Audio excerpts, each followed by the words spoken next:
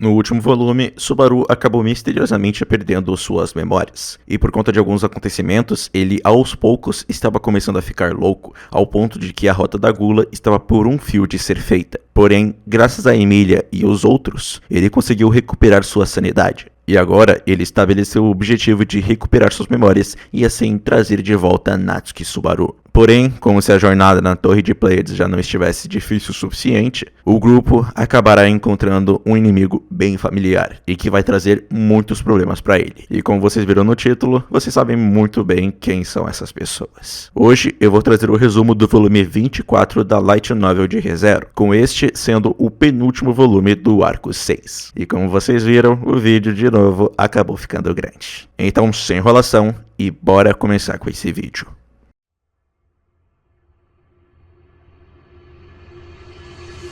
A consciência de Subaru emergiu lentamente do abismo de um sono profundo e suave. Logo, uma voz doce e prateada soou em seus ouvidos, e mais uma vez, ele ficou hipnotizado pela visão da garota de cabelos prateados na sua frente. Enquanto tentava achar as palavras certas, Subaru logo escutou a voz de Beatrice, que falava para ele não a ignorar.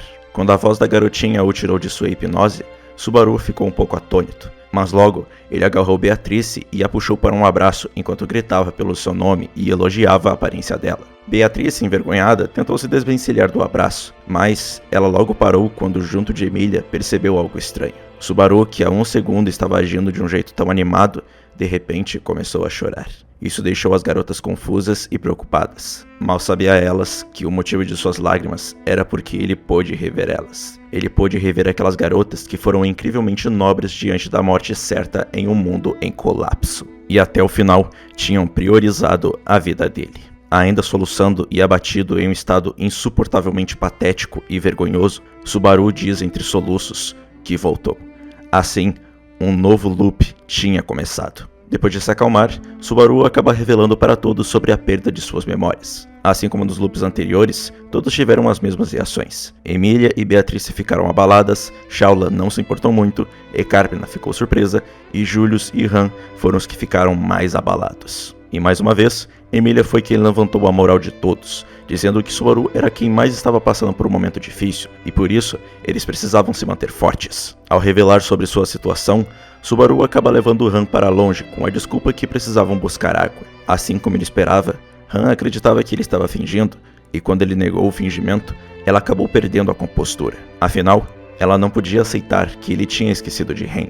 Porém, para a surpresa dela, Han escutou Subaru dizer que trará Ren de volta. Não só isso, como ele também irá recuperar as suas memórias. Ele iria garantir que conseguissem tudo o que foram buscar, e então todos iriam para casa juntos. Mas ele não poderia fazer isso sozinho. O antigo Natsuki Subaru talvez pudesse resolver tudo aquilo sozinho, mas o atual não podia, e foi por esse exato motivo que ele precisaria do máximo de ajuda possível. E para provar sua determinação, Subaru prometeu a Han que faria de tudo para recuperar suas memórias, e se ela o visse desistir, poderia fazer o que bem entendesse com ele. Esse seria o seu castigo por perder suas memórias e fazê-la chorar. Ao escutar tudo aquilo, Han dá um tapa em Subaru enquanto diz que não estava chorando. Depois de ter escutado aquele discurso, Han não pôde fazer nada a não ser aceitar que Subaru estava sem suas memórias. E claro, teria que ajudá-lo a recuperá-las. Ao terem feito aquela promessa, os dois pegaram a água que precisavam e voltaram para o grupo. Resolvendo um de vários problemas, Subaru começou a andar em direção aonde ele deveria resolver mais um deles. E o lugar que ele chegou foi onde ele tinha morrido 2 vezes por causa de uma pessoa desconhecida. Ao chegar na borda, perto da escada em espiral, Subaru detectou uma respiração fraca em suas costas. E já esperando aquilo, ele rapidamente se virou e desviou da presença que tentou empurrá-lo dali. Opa, cuidado aí, não vai cair no meu lugar, hein? Então, que tal se a gente conversar? Você vai ter que assumir a responsabilidade por me matar, hein? Ele disse enquanto segurava uma garota de cabelos roxos que por pouco não caiu no seu lugar. Com os olhos arregalados e obviamente surpresa, Meili tentou se fazer de sonsa sobre o que tinha acabado de acontecer. Mas pro azar dela, além de estar óbvio, Subaru sabia muito bem qual era a intenção dela naquele lugar. Meili tentou se defender, dizendo que caso ela realmente quisesse tentar matá-lo, ela já teria feito isso há muito tempo em situações muito melhores. Mas Subaru a retruca, dizendo que essa vontade de matá-lo tinha surgido há pouco tempo, mais especificamente ontem à noite. Um acontecimento ao qual ele não tinha lembranças. Assim como Han, Meili pensou que Subaru estava fingindo ter perdido as memórias, mas logo percebeu que ele estava falando sério. E vendo que foi descoberta, ela perguntou a Subaru o que ele faria com ela. E para sua surpresa, Subaru diz que não faria nada com ela. Isso porque, como ele a impediu de cometer um crime, ela não precisava ser punida por algo que não cometeu. Ouvir aquilo acabou deixando Meili confusa por completo. Como assim ele não faria nada com ela? Ela tinha acabado de tentar matá-lo. Enquanto ela ficava confusa, Subaru facilmente chegou na resposta do porquê Meili tinha pensado em matá-lo. E isso foi pelas coisas que Natsuki Subaru tinha falado para ela ontem à noite. E os sentimentos causados naquela noite foi o suficiente para Meili tomar uma ação impulsiva. Como desde a infância ela tinha o hábito de matar, essa foi a primeira coisa que ela pensou em fazer para lidar com seus sentimentos. Entendendo isso, Subaru diz que não era culpa dela. Ao escutar aquilo, Meili diz para Subaru não falar como se a conhecesse, mas o que ela não esperava era que ele a conhecia muito bem.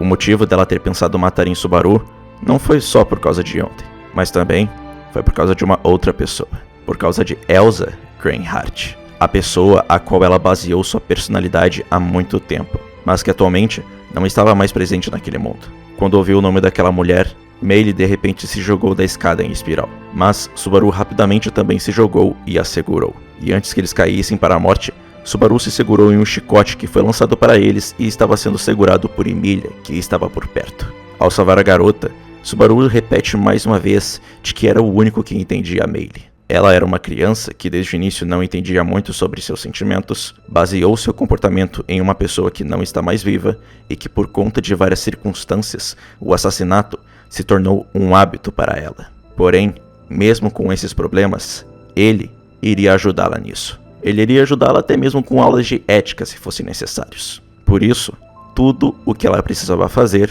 era acreditar neles. Meili, que escutou tudo aquilo, ainda estava confusa.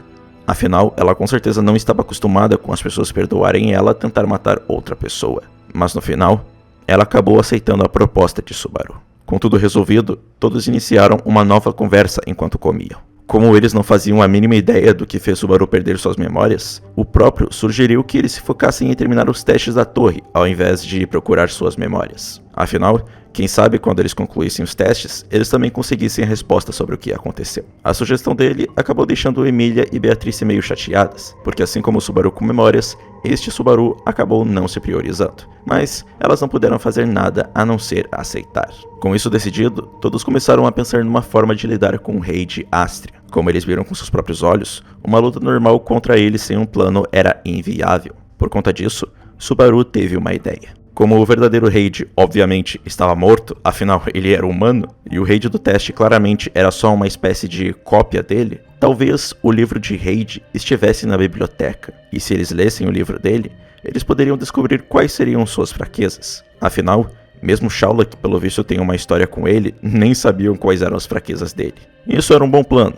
Mas tinha um pequeno problema. Esse problema era a possibilidade da perda de memória do Subaru ter sido por ter lido muitos livros, já que no dia anterior, antes de perder suas memórias, ele tinha lido vários deles. Por isso, todos ficaram muito relutantes em ler o livro de Raid, mas se eles quisessem superar os testes, eles teriam que arriscar. E como o Subaru era alguém que já perdeu a memória, ele se voluntariou para ler o livro de Raid. E antes que perguntem, sim, convenientemente, eles rapidamente encontraram o livro do primeiro Santo da Espada. Quem encontrou no caso foi a Meili.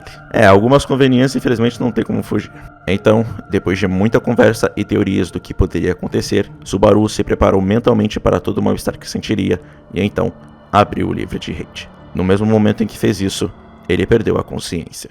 Por algum motivo, Subaru não estava vendo a vida de Raid Astria, e sim um vasto e infinito vazio branco. Estranhamente, ele também tinha o seu corpo físico. Tudo estava muito confuso. Mas, antes que ele pudesse pensar mais sobre isso, ele escutou uma voz atrás dele, dizendo que ele tinha vindo de novo. Se assustando com a voz, ele deu um salto, mas logo olhou para trás. A dona daquela voz era uma garota de cabelos loiros incrivelmente longos, tão longos que chegavam a se espalhar no chão. Ela tinha olhos azuis, usava um vestido branco simples e seus dentes eram bem afiados. Mas uma característica bem marcante nela era o seu sorriso, que era maligno. Confuso, Subaru começou a fazer várias perguntas de uma vez, e a garota respondeu de que ele era ganancioso, mas ela gostava de pessoas gananciosas. Respondendo a uma das perguntas de Subaru, a garota diz que aquele local era o solitário e branco destino final da alma, o berço da Odd Laguna, o corredor das memórias. E ela era Rui Arneb, a arcebispa do pecado da gula do culto da bruxa. Subaru não entendeu nada com o que ela quis dizer com o culto da bruxa, afinal, ele não tinha memórias daquele mundo. Rui acaba explicando tudo para ele, se referindo ao culto da bruxa como um grupo odiado pelo mundo, ou seja, eles eram vilões. Enquanto ouvia a explicação, Subaru percebeu uma coisa. Em nenhum momento, a garota na sua frente se referiu a si mesma como a primeira pessoa do singular, e sim como a primeira pessoa do plural. Rui explica de que isso era porque ela tinha muitos egos esses que foram presentes de seus irmãos mais velhos. Subaru acaba dizendo que sentia inveja de ela ter irmãos, e Rui, o provocando, diz que talvez ele já tenha um irmãozinho. Isso deixou Subaru irritado, pois ele sabia que seus pais nunca teriam outro filho até encontrá-lo. Por conta disso, ele preferia que tivesse sido reencarnado e não transportado para aquele mundo.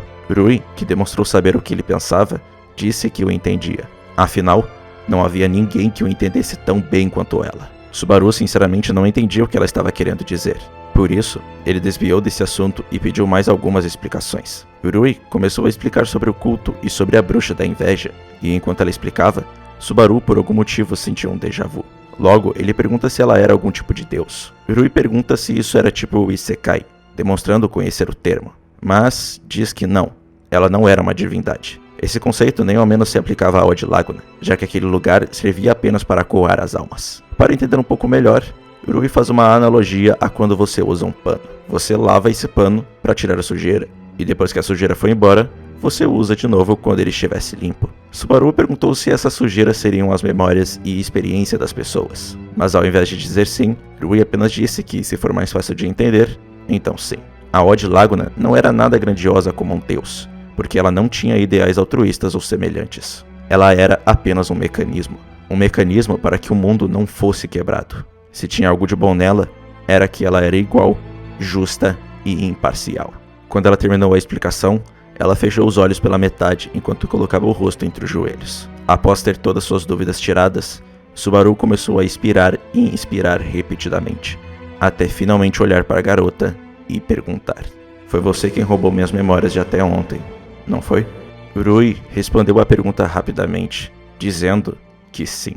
Assim como ele entendia Meili até demais por causa do seu livro, Rui entendia Subaru até demais por causa de suas memórias. Ou seja, o Subaru com memórias já tinha passado por ali. Quando ele percebeu isso, Rui começou a insistir em ele contar quantas vezes ele precisou tentar chegar naquele local. Isso fez ele ficar tenso, pois se alguém sabia do retorno pela morte, a bruxa da inveja agiria. Porém, sabendo o que ele estava pensando, Rui tenta acalmá-lo, dizendo que o que acontece no corredor das memórias não escapava para o exterior tão facilmente.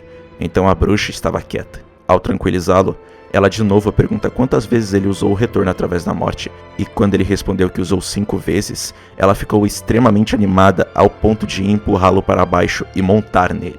Enquanto fazia isso, ela começava repentinamente a falar que queria prová-lo até a barriga estourar. Pelas suas experiências, apetite e libido eram semelhantes. Então, isso era o mesmo que amor. Subaru sabia muito bem que Rui ia falar que o amava, porém, aquelas palavras lembravam do último loop. Por isso, seu coração explodiu, e ele conseguiu trocar sua posição e manter Rui no chão enquanto agarrava o pescoço dela. Ele se gabou por ela ter baixado a guarda, e a ameaça dizendo que caso ela não devolva as memórias dele, ele iria estrangulá-la. Mas por seu azar, Rui sabia muito bem que ele não era capaz disso. Ela não achava ou tinha certeza. Ela sabia que ele não era capaz de estrangular uma garotinha. Rui até mesmo nem podia impedi-lo, pois enquanto ela não assumisse a forma de alguém que comeu, ela não tinha força para revidar. Ela diz que ele não precisava se sentir mal. Afinal, eles se saíam muito bem, já que ela nem imaginava que ele conseguiria voltar para lá. Porém, para o próprio bem dele, era melhor ele não recuperar suas memórias. Afinal, se ele as recuperasse, o seu atual morreria. Ao escutar aquilo, Subaru ficou em choque. Isso fez Rui estranhar, já que se essas memórias voltassem, o eu atual dele seria sobrescrito e sua existência seria apagada. Isso era o mesmo que morrer. E essa linha de pensamento fez Subaru congelar por completo. Até alguns segundos atrás, Ele queria recuperar suas memórias para devolver para todos Natsuki Subaru. Porém, esse tempo todo, ele tinha ignorado o fato de que seu eu sem memórias daquele mundo desapareceria completamente. Isso porque ele esperava um milagre, algo como uma fusão conveniente das duas memórias. Essa era sua vaga esperança. Porém, nem Rui sabia o que aconteceria se ela devolvesse suas memórias, já que ela nunca fez isso. Mais uma vez, sabendo exatamente o que ele estava pensando, Rui começa a falar de que ele tinha nascido a partir do momento em que ela devorou suas memórias, e por isso, ele deveria aproveitar. Além disso, como ele nasceu a partir de uma ação dela, era como se ela fosse a mãe dele, e praticamente se matar na frente dela era bem desrespeitoso. Enquanto dizia isso, ela repetiu uma frase que Subaru escutou em um dos seus loops. As memórias formam uma pessoa. O seu eu atual tem os mesmos relacionamentos que o seu eu passado, então por que não se aproveitar disso? Além disso, Natsuki Subaru não era exatamente o homem ideal. Para provar isso, Rui começou a recitar pensamentos terrivelmente distorcidos, que segundo ela, eram os pensamentos de Natsuki Subaru. Ele via Emilia como uma pobre garota, mas, como ele era gentil, ele estava disposto a ajudá-la. Beatrice era fraca e frágil, por isso ele deveria pegá-la pela mão e conduzi-la pela estrada escura e perigosa. E havia Ren, uma garota que tenta dar um amor incondicional. Era bela, tola e pura. Uma incompleta que se sente viva só quando se empenha pelos outros. E era por isso que ele devia orientá-la. Ao compartilhar aqueles pensamentos, Rui pergunta se Subaru realmente iria se entregar por causa daquele Natsuki Subaru. A escolha era cruel, e ele podia sentir algo em seu coração queimando até virar cinzas. Ele tentou se confortar, perguntando se Rui tinha alguma prova sobre o que ela falou. A própria não tinha, mas mesmo tendo essa resposta que deveria fazer ele se sentir melhor, Subaru ainda estava muito tenso. Diferente de quando ele morria na torre e voltava no tempo, aquela morte não tinha garantia de volta. E isso fez o seu instinto de sobrevivência começar a gritar. Seria ótimo se Natsuki Subaru voltasse. Porém, este Natsuki Subaru, mesmo que em menos de 2 dias, tinha criado laços e feito promessas. Ele tinha coisas que o prendiam naquele mundo. Ele não queria perder tudo isso. Ele queria ficar com todos por mais tempo. Quando viu que ele estava voltando atrás de sua decisão, Rui começou a ficar muito animada, dizendo para ele reconhecer que Natsuki Subaru era só um desconhecido próximo, e que ele era o único Natsuki Subaru naquele mundo, e não o substituto de alguém. Quanto mais ela falava, mais Subaru voltava atrás de recuperar suas memórias. Enquanto ficava confuso, ele percebeu alguém olhando para ele. Por não conseguir distinguir a imagem da figura, ele pensou que aquela pessoa fosse Natsuki Subaru. E como um desabafo, Subaru fala para o suposto Natsuki Subaru que não queria desaparecer. Quando ele desabafou, Rui perguntou para ele com quem ele estava conversando. Quando Subaru olhou de volta para ela, percebeu que, diferente de antes, Rui não estava sorrindo. Ela estava com os olhos arregalados, como se estivesse estupefata. Ela até mesmo olhou na direção que ele estava olhando, mas ela não demonstrou estar conseguindo ver aquela figura. Ela de novo perguntou para Subaru com quem ele estava falando, e enquanto perguntava, sua expressão mudou para medo. Ignorando o medo de Rui, Subaru concentrou sua atenção na figura, e aos poucos, o contorno trêmulo da pessoa começou a ficar nítido. Logo, a figura que Subaru viu foi a de uma empregada com cabelos azuis, e era igualzinha a uma garota que estava em um sono profundo. A garota então perguntou para Subaru do porquê ele estava tentando escolher um, e ao fazer essa pergunta, ela gritou para ele se levantar. Ela não gritou isso apenas uma vez, mas várias. Subaru, que escutava a garota todas as vezes, estava implorando para que ela parasse de falar aquilo. E por algum motivo, mesmo não tendo nenhuma lembrança dela, as palavras dela aqueciam o seu coração. Quando ele se levantou, a garota diz que se ele consegue se levantar, ele deveria ir e salvar tudo. Ele ficou em dúvida sobre o que seria esse tudo, mas ela apenas responde de que ele tinha que salvar tudo e todos. Ele se perguntou se poderia mesmo fazer isso, e a garota responde de que sim, afinal, ele era o herói dela. Quando ela disse aquilo, algo se alocou no peito de Subaru. Esse algo era a sua ganância em querer segurar tudo e não perder nada. Venha, Corleones! A semente da ganância que perdeu seu lugar floresceu dentro de Subaru, e à medida que se assumia uma forma mais definida, a garota de cabelo azul sorriu, como se celebrasse aquele momento. Rui, que observou tudo, ficou confusa do porquê ele parecia ter mudado tão repentinamente, e para seu espanto, Subaru apenas diz para ela guardar o seu garfo e faca. Ao ouvir aquilo, seus olhos se arregalaram. Isso porque ele não estava agindo como ela esperava e também queria. Quando viu que ele tinha tomado sua decisão, ela adotou uma expressão furiosa e começou a reclamar de que bastava apenas um único passo. Só mais um passo e ela poderia ter conseguido separar o atual Subaru do antigo Subaru. Quando Subaru perguntou do porquê ela queria fazer isso, ela disse que era porque não dava para devorar a mesma pessoa 2 vezes. Quando ela disse isso, Subaru acabou descobrindo como funcionava a autoridade da Gula e o que os bispos da Gula faziam. Isso fez ele perguntar do porquê Rui fazia aquilo. E a própria responde de que era para encontrar a felicidade. Segundo ela, o mundo era injusto, já que você não podia escolher praticamente nada no seu nascimento e até mesmo quando estava vivo. Mas, e se não precisasse ser assim? E se fosse possível escolher? Era por isso que ela devorava nomes, para encontrar a vida real. Porém, diferente de todas as pessoas que ela devorou, Subaru era especial. Isso porque ele tinha de sobra a experiência da morte. Diferente de todos os outros seres que obviamente não tinham memórias da morte, Subaru tinha. E isso foi o suficiente para ela praticamente ficar obcecada por ele. Ela queria ter uma noção de como era a morte. Ela tinha uma ideia de como era pelas suas memórias, mas ela queria algo mais cru e real. Então, estendendo as mãos e inclinando a cabeça de forma fofa, Rui implora para Subaru permitir que ela devorasse a vida dele até ficar satisfeita. Ela certamente havia escolhido o melhor método para esse cenário dentre todas as inúmeras memórias dentro dela. Mas, mesmo dando tudo de si, implorar não adiantaria. Como prova disso, Subaru passou o polegar pelo pescoço enquanto dizia para ela morrer de fome.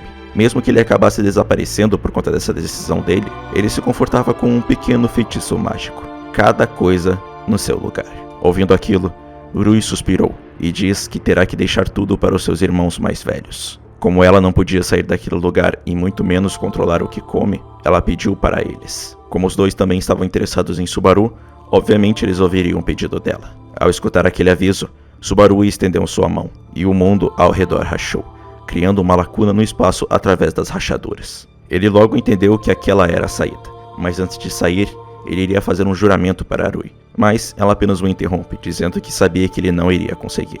Então, depois de já ter conversado o suficiente com ela, Subaru pulou em direção à saída. Ao acordar, Subaru acabou se encontrando com Beatrice, que ficou bem feliz em ver que ele não perdeu de novo as memórias. Depois de mais uma cena fofa entre eles, Ecarpina junto de Meili chegou no local aliviada também em nada de ruim ter acontecido com ele. Logo, Subaru percebeu que Emília, Han, Julius e Shaula não estavam por perto. E Ecarpina começa a explicar dizendo que Shaula reparou em uma anomalia, disse que algo estava se aproximando e começou a correr sem dar explicações. Isso não surpreendeu Subaru, afinal ele sabia muito bem o que estava acontecendo. Como não tinha motivos de não revelar o que aconteceu no corredor das memórias, Subaru contou tudo o que aconteceu e do seu encontro com Rui. Isso deixou todas bem surpresas, mas antes que eles pudessem falar algo a mais, Julius chegou no local, perguntando se todos estavam bem. Segundo ele, os Majus das Dunas de Areia de Algria estavam indo para a biblioteca de uma vez, e Shaula estava lidando com elas, mas era só questão de tempo até que eles conseguissem entrar. Sem perder tempo, todos levaram Meili para onde Shaula estava, já que graças à sua bênção ela seria bem útil, e como secretamente ela tinha mantido alguns Majus escondidos para fugir da torre, ela foi uma ajuda muito bem-vinda para Shaula. Ao chegar na sacada lateral da torre, eles viram Shaula disparando vários feixes de luz em direção aos Majus, e ao ver que seu mestre estava lá para vê-la, ela acabou ficando animada e aumentou a potência dos seus disparos, nomeando-os de Hell's Snipe Infinite. Depois da apresentação dela, Subaru deixou Meili do lado de Shaula e começou a pensar nos próximos passos. Atualmente, tinham 5 empecilhos para superar: o exército de Majus, os arcebispos da Gula, o escorpião gigante que apareceria de repente, o primeiro santo da espada Raid que de repente andaria livremente pela torre e finalmente as sombras escuras que engoliriam a torre por inteira. Esses eram os desafios que eles teriam que superar, e Subaru não poderia poupar esforços. Logo, para surpresa deles, Han chega junto de Patrache e Ren. Segundo ela, o arcebispo da Gula já tinha chegado na torre, e atualmente ele estava lutando contra uma garota desconhecida de cabelos prateados que mandou Han correr.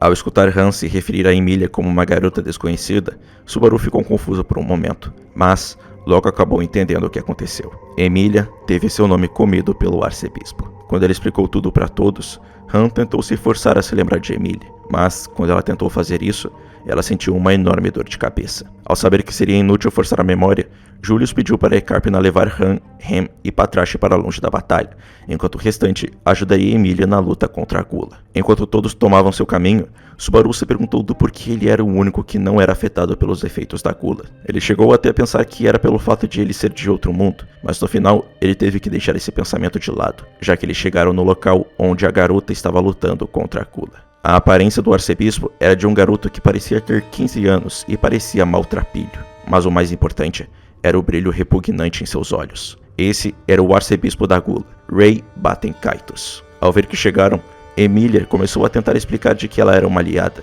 porém, como Subaru se lembrava dela, ela logo ficou aliviada e começou a voltar sua atenção para o arcebispo.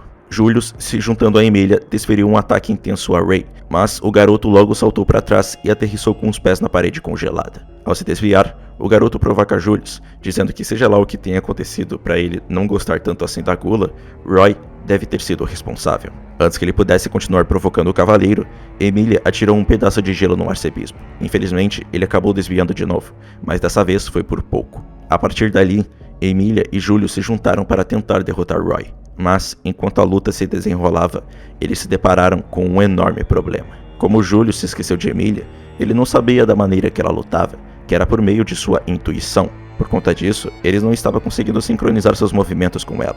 E como se não fosse suficiente, Roy surpreendeu a todos defendendo um ataque de Emilia com uma arma de gelo que ele mesmo criou. Isso só foi possível graças às memórias de Emilia, porque com elas, Roy conseguiu uma maneira de, assim como Emilia, usar gelo. E ele ainda conseguiu facilmente se adaptar ao estilo de combate dela, que era um estilo de combate onde, por meio da ajuda de Subaru, Emilia criava diversas armas que não existiam naquele mundo. E graças a isso, Roy conseguiu deixar a luta ainda mais difícil para o cavaleiro e a elfa. Mas, para a surpresa de todos, aquela luta iria mudar. Se era para melhor ou pior, dependia do ponto de vista. Uma voz bem conhecida para Subaru e os outros perguntou para Roy do porquê ele estava tão convencido. E o próprio arregalou os seus olhos quando escutou aquela voz. Por algum motivo, lá estava o homem que não deveria pisar naquele andar, Heide Astria. Todos ficaram confusos em como Heide saiu do seu andar, mas o próprio apenas ignorou os olhares de choque e começou a reclamar sobre a torre estar tão barulhenta que não dava nem para dormir. E por isso, ele acabou saindo do seu andar. Roy, que observou o primeiro santo da espada, começou a conversar com Heide para tentar entender o que estava acontecendo. Mas ele logo descobriu que conversar com um cara como Heide, além de insuportável, era inútil. Depois da tentativa de conversar, Roy logo focou sua atenção em Heide e disse que não poderia deixar uma presa como ele passar. Por isso, ele começou a correr em 4 patas em direção à sua presa. Para o seu azar, seu oponente era muito mais forte do que ele esperava. No momento seguinte, Heide chutou Roy bem no torso, jogando-o direto contra a parede com uma força terrível. E não satisfeito, com apenas uma perna, Heide começou a correr a uma velocidade inacreditável enquanto arrastava Roy na parede. E ao ficar irritado com os gemidos de dor do garoto, Heide finalizou o pecado da Gula com um chute giratório que fez Roy quicar numa velocidade absurda e passar por Subaru e Beatrice. Assim, em questão de segundos e com pouco esforço, Heide conseguiu fazer algo que nem Emilia e Julius juntos conseguiram fazer. Ver o arcebispo derrotado fez Emilia ficar mais aliviada e pedir a Heide que eles fossem amigos. Por não se lembrar dela, Heide mais uma vez ficou abismado com a aparência de Emilia e falou bobagens sobre eles irem para a cama e ela servir bebidas para ele. Só que durante suas bobagens, Julius diz que não haveria noite tranquila para um fantasma como ele. Heide logo percebeu que o rosto de Julius tinha melhorado um pouco e perguntou se o que o ajudou foi uma mulher. Julius apenas responde de que as palavras impiedosas de um amigo eram igualmente boas a um abraço de uma mulher. Então, sem perder tempo, Julius avançou enquanto balançava sua lâmina para cima, mirando no pescoço do santo da espada. Infelizmente, assim como nas outras vezes, sua espada foi facilmente bloqueada pelos hashis que Heide tirou de seu kimono. Ao se defender, ele dirigiu um ataque para Julius, mas antes que acertasse o cavaleiro, Emilia se meteu no meio e conseguiu salvar Julius do ataque. Mais uma vez, o cavaleiro e a elfa decidiram lutar juntos, e diferente do que foi contra Roy, eles estavam conseguindo ficar sincronizados. Isso graças a Julius, que estava se adaptando ao estilo de combate de Emilia. Graças a isso, até mesmo Heide começou a se divertir com aquela luta. Mas, para surpresa de todos, uma pessoa que eles pensavam estar derrotada acabou se metendo no meio. Balançando suas lâminas presas aos pulsos, Roy de fininho se meteu no combate do trio, mas seu ataque foi facilmente desviado pelos três. Como Gula tinha se demonstrado um problema, Emilia tentou convencer Reid a se juntar a eles e dar um jeito no arcebispo, mas infelizmente, Reid estava se divertindo com aquilo e não pretendia se juntar a eles. Enquanto a luta acontecia, Subaru acabou sentindo algo estranho em seu peito e caiu de joelhos. De repente, ele estava sentindo um calor inacreditável vindo de dentro do seu peito. Seu coração batia tão rápido que parecia que ia explodir, além de um alerta vermelho soando em sua cabeça. Isso o deixou confuso, afinal não aconteceu em nenhum dos loops, mas logo ele precisou deixar isso de lado, já que ainda tinha 2 empecilhos para resolver. Quando deixou aquela sensação de lado, ele conseguiu ver por trás de suas pálpebras algumas coisas estranhas. Elas pareciam luzes, mas eram fracas. Uma estava do lado dele, e 2 estavam na sua frente a uma curta distância. E misteriosamente, sem se virar, ele percebeu que havia algumas atrás dele. Mas uma em específico causou em Subaru um sentimento que fez ele segurar Beatriz em seus braços e pular. A coisa que Subaru desviou era uma luz. Infelizmente, ela foi tão rápida que acabou acertando a sua coxa. E sem dificuldade, ele sabia quem foi o responsável por aquele calor. Era o escorpião misterioso. Isso deixou Subaru muito ansioso, afinal, quase todos os empecilhos estavam reunidos em um lugar só.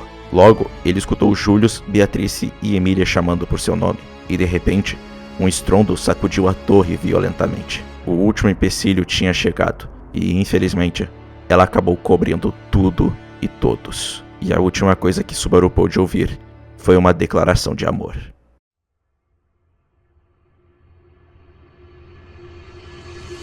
Subaru foi trazido de volta à realidade por Beatrice, que estava o chamando. Ao reorganizar seus pensamentos, ele percebeu que seu checkpoint acabou mudando. Agora, seu checkpoint era quando ele tinha lido o livro de Reid. Isso ao mesmo tempo que era bom, porque ele não precisaria refazer tantos passos, era ruim porque seu checkpoint era muito em cima da hora. Mas, graças a Beatrice, ele conseguiu se concentrar melhor. Após explicar tudo o que aconteceu no corredor das memórias, Subaru começou a dividir o trabalho de cada um. Meili iria ajudar Shaula, assim resolvendo o empecilho dos Majus. Diferente do loop anterior, Julius não iria acompanhá-los. Dessa vez, ele iria para o segundo andar e estaria lutando contra Reid, já que de alguma forma o Santo da Espada sairia do seu andar e apenas iria atrapalhar. Infelizmente, Subaru teve que mentir, dizendo que Irui tinha contado para ele sobre Reid, já que não faria sentido ele revelar isso sem alguma prova ou algo assim. Ekarpina acabou percebendo isso, mas contanto que ele não traísse a confiança deles, ela não faria perguntas sobre. Isso fez Subaru se sentir determinado em corresponder a essa confiança, e como em resposta a essa determinação, Subaru sentiu um calor pungente no peito. Aquele era o mesmo calor que ele sentiu no último loop. E de novo, atrás de suas pálpebras, ele viu luzes fracas. Infelizmente ele não pôde se focar naquilo, pois Beatrice chamou sua atenção. Então, com tudo resolvido, eles iriam para onde Emilia estava. Mas antes que eles saíssem, Han chegou no local junto de Patrache e Ren. Ela disse que o arcebispo da Gula tinha chegado e que Emilia estava lutando contra ele. Graças à rapidez de Subaru, Emilia ainda não teve o nome comido. Então, para evitar que aquilo se repetisse, Subaru pediu para Ekarpina levar Ren e Patrache para longe, enquanto ele, junto de Beatrice e Han, foram ajudar Emilia. Depois de se separar de Ekarpina, o trio logo chegou onde Emilia estava. Ignorando Emilia, que estava pedindo para ela sair, Han puxou sua varinha, e ao ver a pessoa que entrou no meio da batalha, Roy começou a chamar Han de irmã, a chamando de maravilhosa. Isso apenas irritou Han, que declarou que iria matá-lo. Ao fazer a declaração, Han desapareceu e reapareceu bem na frente de Roy, com sua varinha apontada para a testa dele. Logo, ela conjurou sua magia de vento e conseguiu dilacerar o lado esquerdo do rosto de Roy. Sem deixar o arcebispo descansar, Emilia iria atacá-lo com uma espada feita de gelo. Mas, antes que a espada o acertasse, um punho negro destruiu a espada de gelo no meio do golpe. A destruição inesperada arruinou o equilíbrio de Emilia, e se aproveitando disso, Roy iria cravar suas unhas no rosto dela. Mas, para sorte da elfa, Han pisou nas garras de Roy e o mandou voando com o seu cotovelo esquerdo. Quando foi mandado voando, Roy acabou se distanciando 9 metros em um instante, como se tivesse se teletransportado.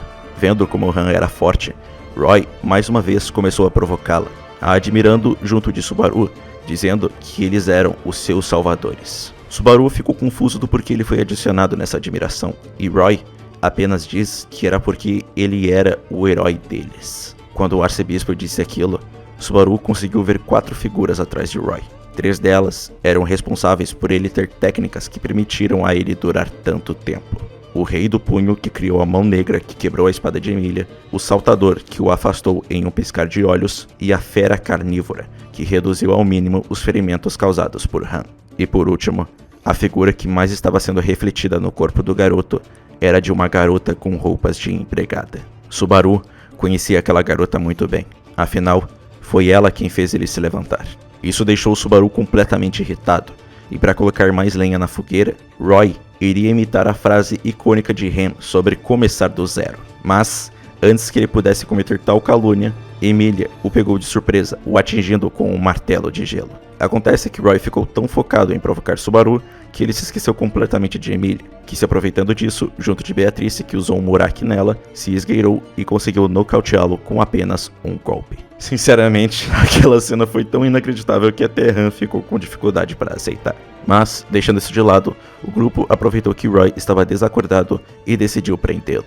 Han foi contra isso e queria matá-lo, mas, como eles precisavam descobrir como fazer a Gula devolver as memórias, matá-lo teria que ser deixado para depois. Com um dos empecilhos resolvidos, Subaru começou a pensar no próximo passo, e mais uma vez, ele viu aquelas luzes. Graças a isso, ele conseguiu descobrir que Julius estava passando por um momento difícil. Ele não sabia exatamente o que era aquela espécie de sexto sentido, mas ele precisava se aproveitar disso. Enquanto se concentrava em usar ao máximo aquele novo poder, Subaru escutou uma voz reclamando, dizendo que ele era um trapaceiro.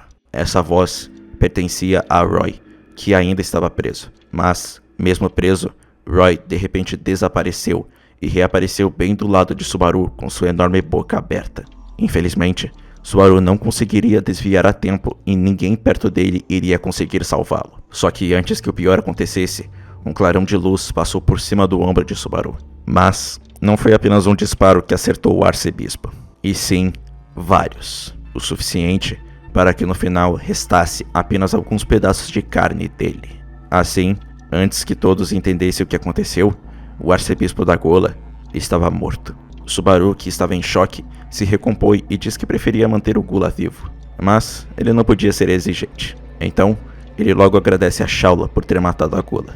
Quando ele disse isso, Beatrice, Han e Emilia ficaram confusas do porquê ele achava que a pessoa era Shaula. E isso fez Subaru estranhar, pois graças ao seu sexto sentido, ele sabia que a pessoa atrás dele era a Shaula. Foi então que, ao olhar para trás, Subaru viu algo que não esperava. Ao invés de ver a figura de Shaula, ele viu a figura do escorpião gigante, que estava exatamente onde ele pensava estar Shaula, o que revelou um dos mistérios da torre. Esse tempo todo, o escorpião gigante era na verdade Shaula, o que se conectava com quando ela tinha dito que caso alguma regra da torre fosse quebrada, ela se tornaria uma máquina de matar. De primeira, Shaula não fez nenhum movimento, e Emilia até tentou conversar com ela. Porém, o escorpião logo lançou uma de suas pinças no grupo, o que mostrou que ela realmente não estava conseguindo se controlar. Emilia logo começou a lutar contra Shaula, enquanto Subaru precisou segurar Han por ela já ter atingido seu limite na luta contra Roy. No meio da luta, Emilia conseguiu cortar a cauda de Shaula, e isso fez Subaru se lembrar de um dos loops. Quando ele se lembrou daquele terrível acontecimento, ele logo avisou a todos que aquilo era uma armadilha, e graças ao aviso dele, todos conseguiram fugir da explosão da cauda antes que sofressem um destino terrível. Por conta da explosão, o escorpião tinha se distanciado também, e como o escorpião estava longe, eles teriam um pouco de tempo para pensar. Só que no momento em que eles estavam reorganizando seus pensamentos, o teto, acima de todos, acabou caindo. E junto dos destroços, quem surgiu foi Julius e Hayden, que até agora estavam lutando. Julius trazia boas e más notícias. A boa era que ele sabia onde estava o outro arcebispo da Gula, e a má notícia era que ele estava bem na frente deles. E enquanto dizia isso, Julius apontou para Hayden. De primeira, Subaru não entendeu nada, e não colaborava o fato de que Hayden apenas negou o que Julius disse. Porém, Julius logo explica de que Rey Batenkaitos tinha devorado Hayden Astria, e usando sua autoridade, tomou a forma do Santo da Espada. Mas Hayden era tão poderoso que ele conseguiu tomar o controle do corpo de Rey. Ou seja, o corpo era de Rey, mas a mente era de Hayden. Normalmente isso não deveria ser possível, mas parece que por se tratar de Hayden, isso se tornou. Por mais que isso parecesse algo bom, ainda se tratava do Hayden, alguém que desde o início se demonstrou problemático. E o que não colaborava era que, mesmo livre, ele ainda queria aplicar o teste para todos presentes ali, exceto Emilia. E vendo que não teriam escolha, todos se juntaram para enfrentar Reid. Mas infelizmente, seu oponente ainda era o primeiro Santo da Espada. E mesmo juntando suas forças, o grupo inteiro acabou sendo derrotado. Com exceção de Julius, que estava ajoelhado, todos estavam caídos no chão. E no meio de tudo, estava Reid, pisando na cabeça de Subaru e o chamando de fracote. Depois de conversar um pouco com Julius, Reid logo desviou com seus hachis um feixe de luz que vinha em sua direção. E o responsável pelo feixe era Shaula, que finalmente havia retornado. E Subaru novamente estava nervoso e ansioso. Cansado, ele se perguntou o que mais poderia acontecer para piorar aquilo. E como resposta à sua dúvida, a biblioteca de Pleiades se ergueu bruscamente. Subaru foi jogado para longe sem poder fazer nada. Emilia acabou o protegendo dos projéteis de Shaula. Julius continuou a sua luta contra Reid. E Beatrice usou um Muraki em Subaru para ele flutuar no ar. Infelizmente, logo em seguida, todos foram engolidos pelas sombras negras que riam de seus esforços. Mais uma vez, ele tinha falhado. E mais uma vez, ele não poderia fazer nada a não ser aceitar a morte. Mas, ao invés de voltar no tempo, Subaru escutou a voz de alguém perguntando do porquê ele estava sonhando acordado. E de repente, a sombra negra à sua volta foi varrida com um único movimento. O responsável por aquele efeito incrível era Reid Astria, que estava usando a espada de Julius. Sim, Reid tinha praticamente cortado as sombras de Satela. Mais um feito impressionante para conta dele. Subaru ficou confuso com aquilo, mas Reid, mais uma vez do seu jeito, fez ele acordar para a vida. Só que antes de processar isso, Subaru viu Han, que ainda estava viva, e com o efeito do Muraki, ele foi em direção a ela para segurá-la. Quando segurou a garota, Subaru começou a se lamentar por ter simplesmente desistido há alguns segundos atrás. Mas agora, sua determinação tinha sido revigorada graças ao calor do corpo de Han e também graças a Reid. Então, olhando para o Santo da Espada, Subaru diz que ele iria cair, e um do seu grupo faria isso acontecer. E ao ouvir aquilo, Reid apenas tirou sarro de Subaru, e então desferiu um corte em direção ao garoto. E assim, Subaru morreu novamente.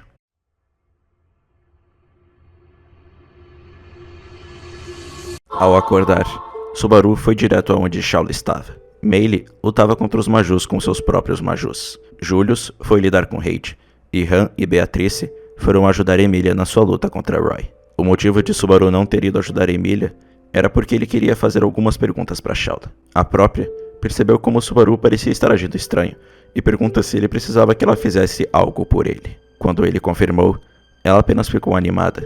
Afinal, se ele pedisse, ela voaria pelo inferno ou pelas águas altas. Isso fez ela fazer uma pequena piada sobre ele finalmente ter caído nos encantos dela. Mas Subaru logo ignorou a brincadeira. Shaula, se eu dissesse para você morrer, você morreria? Normalmente, qualquer pessoa ficaria abismada e demoraria para responder esse tipo de pergunta. Mas Shaula não.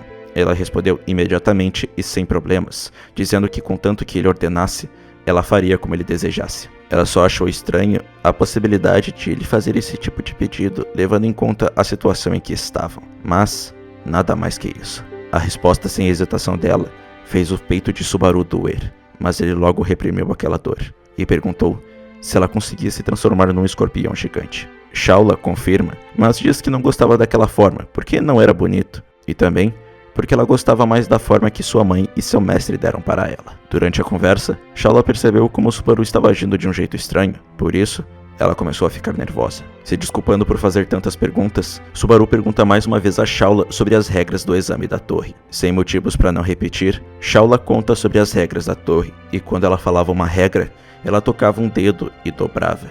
Porém, quando ela chegou no 5º dedo, ela não fez isso. E antes que falasse mais, ela disse que eram apenas 4 regras. Vendo aquilo, Subaru sabia muito bem que ela estava escondendo uma regra. Numa tentativa de pressioná-la, Subaru agarrou os ombros de Shaula e disse para ela contar qual era a 5ª regra. Porém, mesmo que ele ordenasse, ela se recusava a falar. Com um gesto infantil, ela balançou a cabeça e cruzou os braços formando um X, dizendo que isso não era importante para a lua de mel deles. Ela começou a agir como uma criança, mas logo, aquele comportamento infantil foi embora. Ela então diz que Subaru estava na torre por 4 dias, e nos 2 primeiros dias ele estava dormindo.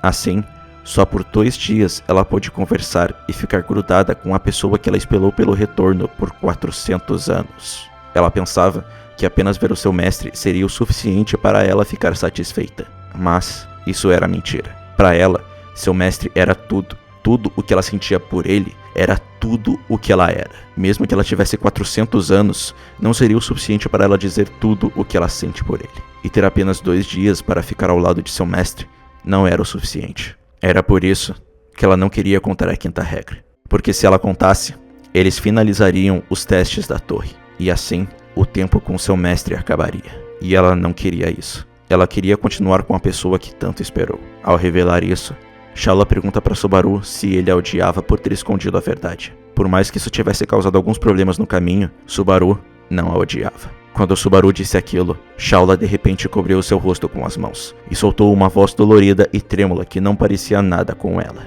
Subaru ficou confuso com aquilo, mas logo ele teve sua resposta. Segundo Shaula, alguém quebrou as regras da torre. Quando ela disse isso, seus olhos se dividiram em 3 e começaram a pulsar com um brilho vermelho. Era mais do que claro que ela estava começando a se transformar no escorpião gigante. Não querendo que aquilo acontecesse, Shaula pede desesperadamente para que Subaru mandasse ela se matar, para que assim ela não acabasse o matando, pois, por ela o amar tanto, na forma de escorpião, ela acabaria focando sua atenção em Subaru. Um medo incomparável brotou dentro de Subaru, mas ele decidiu se aproveitar disso. Ele mais uma vez fala para Shaula contar sobre a 5ª regra, e caso ela contasse, ele mandaria ela se matar. Ao ouvir aquilo, Shaula decidiu finalmente revelar. A 5ª regra que ela tanto escondia era que não era proibido destruir os exames. Ouvir aquilo fez Subaru ficar chocado, ao ponto de que Shaula diz que os olhos que ele fazia era do seu amado mestre. Ao finalmente revelar a 5ª regra, Shaula começa a implorar para Subaru dar a ordem. Porém, diferente do que ela esperava e o que ele tinha prometido, Subaru não deu a ordem que ela tanto queria. Ele apenas se desculpou com ela, dizendo que tinha mentido. Sem deixar ela processar aquilo a tempo, Subaru prendeu a respiração e deu um grande salto para trás. A posição em que ele estava fez o salto levá-lo para fora da sacada, e assim começar a cair de uma altura enorme da torre de Pleiades. Ele não queria de jeito nenhum fazer algo assim, mas essa era a sua intenção desde o começo, já que agora ele sabia que podia salvá-la. Enquanto caía, Subaru viu Shaula, que também tinha pulado da sacada para salvá-lo. Infelizmente, a sua transformação forçada estava consumindo, e depois de começar pelos seus braços, ela finalmente se tornou no escorpião gigante, que era uma máquina de matar. Assim, Subaru e o escorpião estavam caindo a diversos metros de altura. O escorpião até tentou lançar um dos seus projéteis em Subaru, mas o próprio diz que não morreria para ele. Afinal, Shaula ficaria triste. E antes de chegar ao fim de sua queda, ele jurou uma coisa para Shaula. Ele jurou que a salvaria.